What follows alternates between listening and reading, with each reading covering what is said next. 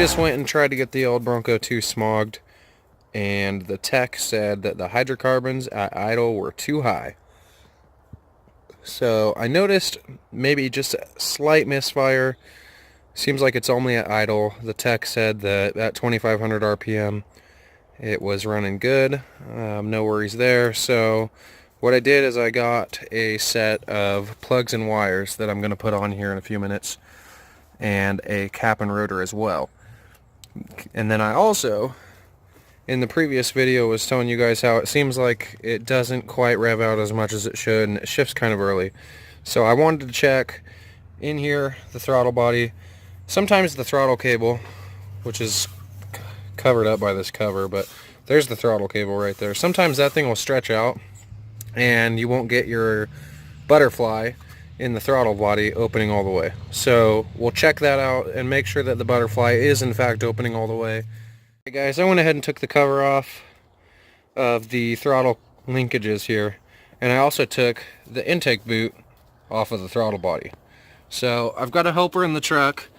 I'm just going to see, is this butterfly valve opening all the way? Go ahead and hit the throttle. Yeah, so as you can see, it's not even close to opening all the way. So there is an adjustment right here. So let me show you guys how that works. Alrighty guys, of course, while I was messing with this, I couldn't quite get the clip that holds this in. I don't know how well you can see that move there, but so I was prying on it, and basically the clip launched, and I doubt that I'm ever going to find it. So if you didn't lose your clip, you would basically just hold this tight, but be careful not to pull it too tight to where you're opening the butterfly in the throttle body. And what I'm going to do is zip tie it temporarily, just so I can at least get to the parts yard and see if I can get another clip off a similar motor. Again, this motor is in the Rangers of this era and Bronco 2s, and it may be in some other Ford vehicles. I think possibly Mustangs had this 2.9 liter. So I'll definitely have some options in looking for parts, but for now I'm going to zip tie it. That'll at least get me around until I can get to the parts yard and get another clip.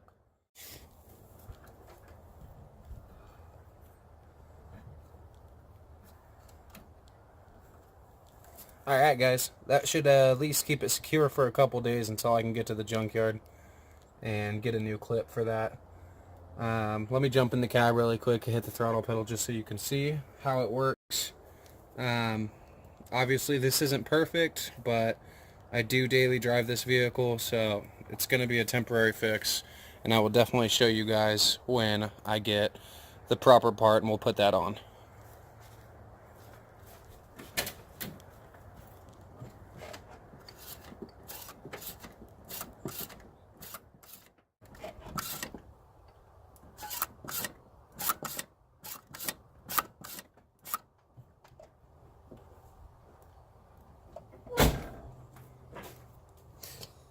Alright guys, you're my eyes. How'd that look? Hopefully a lot better. Alright, everything's put back together. Now, before we move on to the next part of the project, I always like to make a habit of putting the tools away from one project to the next. It makes cleanup at the end a lot easier. And then I also wanted to show you guys, I know it's kind of messy, but I always do my best to perform work on my vehicle just with tools that I have in it. And the reason being, I'm cheap. I don't like to pay for a tow truck. So if I can fix it on the side of the road, you bet you I'm going to. Certain things, obviously, you're not going to be able to do that with. But, you know, if you're going to be far from home, if you're going to be out in the desert, you're going to be out in the woods, whatever, you should have tools with you, because you just never know what's going to happen, and it's going to be that one time that you just need to tighten up a bolt, and it would be, you know, it would be enough to get you home or whatever. So definitely consider getting some tools to keep with you. Okay, next part of the project. We're going to be doing plugs, wires, cap, and rotor. We're also going to be doing an oil change, and these are definitely just some tune-up tricks that you can do, preferably before you go and get your vehicle smogged, just to give yourself the best chance. Sometimes, like this time, I like to go in. I've got a guy that I can go to that he'll just hook the thing up to the machine and kind of give me an idea of what I need to do. In this case, the hydrocarbons were a little bit high. That makes me think that we've probably got a little bit of a misfire, or possibly some kind of a manifold leak. So that's where the brake parts cleaner is going to come in. Nice thing about this stuff is it's not going to leave a residue, and it will idle the motor up if there is a leak. So what you would do is just spray this around your vacuum lines a little bit, preferably on a motor that's not super hot, and if it idles up, you found your vacuum leak. I don't really anticipate finding a vacuum leak. I think it's more of a misfire situation. And the good news is it looks like my catalytic converter is going to be fine. When he ran it at 2,500 RPMs, the hydrocarbons were perfect, which tells me that cat's warming up and doing its job, burning off the excess fuel at the higher RPMs. So let's get into this tune-up. First thing you're going to want to do, if you're going to be changing your cap and rotor, since you're going to have to take that off right back there, you're going to want to figure out where each of those plug wires go and which way the cap is supposed to be oriented. There's a couple ways to do that.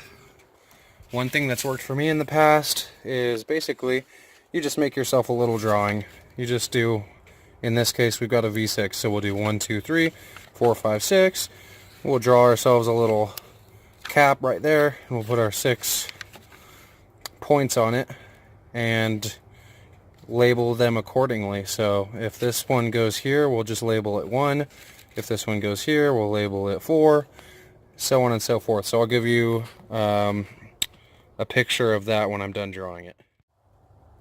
Alright guys, made the drawing here. I know it's super crude, and this is obviously not the proper firing order, but that's not what this is. This is simply to make sure that when you put your wires back on, you get them in the right spot. So you can see your 6 points here on the distributor. The center one obviously goes to the coil, which is over here, but the real purpose of this is to make sure that when you put your wires back on, they go in the correct spot. There's nothing more frustrating than going to do a tune-up. The vehicle ran when you brought it in. You slap everything on and it runs worse when you're done, or it doesn't run at all. So simple stuff like this is going to save you a lot of headache and frustration. The other nice thing is, now that I've got this diagram, I know a lot of guys, they'll do one wire, they'll take it off and replace that wire and put it back on, and that's fine. The only thing that's frustrating with that sometimes is when those wires are there, they can be in the way of getting to the spark plugs like you would need to. You know, it's just something you can get out. So now we can take all these off and not worry about where they're going to go when we're done, because we've got this diagram. Okay, so interestingly enough, I pulled these out, and as you can see, they are not quite the same plug. So this is one thing you always want to do. Compare a new one and an old one together to make sure that they're not sticking into the cylinder too far, because if you go and put these in and they're too long, you start the motor up, you could hit the spark plug with your piston. And not only that, even if it wasn't that bad and it wasn't going to hit the piston, it could cause it to run poorly. They designed these things to have the spark plug sit in a pretty exact location to get the most the most complete fuel burn. So if you go and change that up, you could have an issue. Now, these ones are in fact the same length. The only weird part is the new ones, as you can see, the threads do not stop. Oops, sorry. They don't stop right there. I don't think that's going to be an issue. I went ahead and called the parts store, and I in fact called 2 other parts stores just to verify what kind of plugs they would have given me for this Bronco 2.9 liter motor, and they all came out with this plug. So I'm thinking that this is not the correct plug. So hopefully this plug will get us a little bit of an increase in maybe fuel mileage and possibly some performance. That would be awesome. Okay, we're making progress here. We got all 3 plugs on the driver's side changed. The new ones are in. Should be able to see somewhere. Oh, there's one. They are pretty buried down in there. And I figured while we were over here and we had the light all set up, we could go ahead and get this distributor cap and rotor changed. Finally, this thing was a pain in the butt to get off, but I wanted to show you guys why it's important to change these things out. You can kind of see in there. Let me see if I can get a better angle here. Do you see that corrosion on those points right there? That will definitely create a weaker spark, and you know, if it gets really bad, you'll end up with a misfire, or in some cases a vehicle that won't even run at all. Same thing here. I got lucky on this guy here. The proper bolt on the other side went ahead and screwed right in, no problem, even though somebody had previously used the wrong one. And this thing, I'm trying to wiggle it right now. It is tight and fits well. The new rotor is on it as well, so hopefully this will take care of our misfire. Alright guys, it's been a little while now. I got the other 3 spark plugs in, so at this point we've got all 6 new spark plugs. We've got the rotor and cap back there. Don't know if you can see it or not. There it is. And of course, it's starting to rain a little bit, so I'm going to take a break, and if it stops raining, then may come out and do it tonight. If not, I will see you guys tomorrow. Okay, well, the rain stopped for us a little bit. Made use of those lights I showed you guys in the last video. Definitely made a little bit of a difference while I was under there trying to change the oil. I'm a really busy guy, so I end up working on my vehicles after the sun's gone down quite often. Unfortunately, I found something a little bit concerning. The really shiny stuff you guys can see, those are just bubbles. But there is a fair amount of metal in this oil. So that sucks. It kind of looks like brass a little bit, but this oil's gross. Like I said, I just got the thing, so I have no idea how long it's been. So that's a little disheartening. I don't know how much longer this motor can hold on with oil. Sorry, with, you know, that much metal in the oil. But again, I don't know how long it's been since it's been changed. So I am going to put the new oil in, run it for a while, and I'll probably change it way sooner than the 3,000 mile interval that I normally do, and just kind of see if there's a ton of metal in there again, or if there's less, or what the deal is. Okay, we're all done. Got the wires, cap, rotor, new plugs, and an oil change done on it. I also put a new air filter, and I totally forgot to film doing that, but there is a new air filter in there. So that's a pretty basic tune-up, but it should be good to you know, help our numbers at the Smog station. Of course, I'm in California, so probably one of the worst places to have to smog something this age. Definitely a little disappointed that I found the metal in the oil. Well, we will continue driving it and keep our eye on things, basically. That's all we can do. And I guess I will begin saving my money to do the motor swap on this, because I honestly really love this truck. I haven't had it for long, but it's a really great truck, and I have so many big plans for this truck. So you know, again, I'm disappointed, but I can't be that disappointed. I was really planning on putting a different motor in it at some point anyways, and maybe that's going to be happening sooner than I'd hoped, but don't expect this truck to be going anywhere, because I'm going to keep it on the road. Alrighty guys, I hope you can hear me okay over the motor. I just wanted to show you really quick what I was talking about, checking for vacuum leaks. So you're going to take your can of brake clean and just kind of spray around and spray a little bit, see if it idles up at all.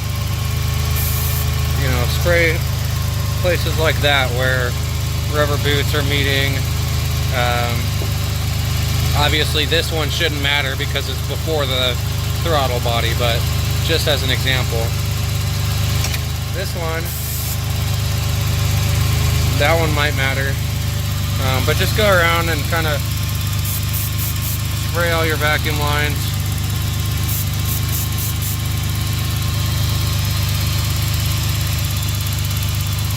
Spray where your intake goes into the motor, so like kind of down there. See if you can get it to idle up at all. You don't need much. If there is a vacuum leak, it should idle up pretty easy. But, you know, there's like a vacuum fitting right in there. There's these guys right here.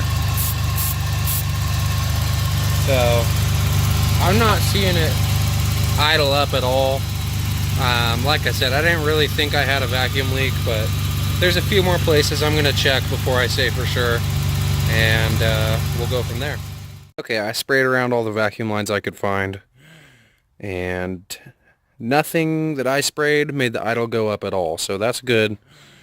I didn't think it would. Like I said, all the vacuum lines kind of look like they're in pretty good shape. So I don't see any signs of it leaking. It does seem like it runs quite a bit smoother with the new plugs and wires, cap and rotor, so I guess all that we can do is take it back to the Smog shop and try again. But for now, that's all I'm going to do tonight. I think if everything goes well tomorrow, we'll get some video of this thing off-road. Hopefully get some slow motion video. I haven't filmed the truck off-road at all, really. And definitely not with the intention of checking out the suspension cycle and things like that. But I get the feeling that before I can even do anything with the front, I'm going to have to play with the back, because it's pretty obvious, but this thing is squatting pretty bad in the back, so those leaf springs are about shot. So I've been doing some research on what kind of leaf spring I could replace this with, or whether for now I just want to go with a stock Bronco 2 spring. But one thing I'm definitely considering is a Ford Explorer swap, and there's certain years that you'd want to look for. And when I get all that information put together, I will definitely let you guys know what kind of options there are and what I choose to go with. But, you know, as you can see, it's like 2, maybe 3 inches of clearance above the tire to the fender well. And over here we're looking at like 5 or 6 maybe. So a lot more clearance to the fender well in the front. Yeah, so hopefully tomorrow we can get some good footage of this thing bombing down some trails. And yeah, all right, thanks guys.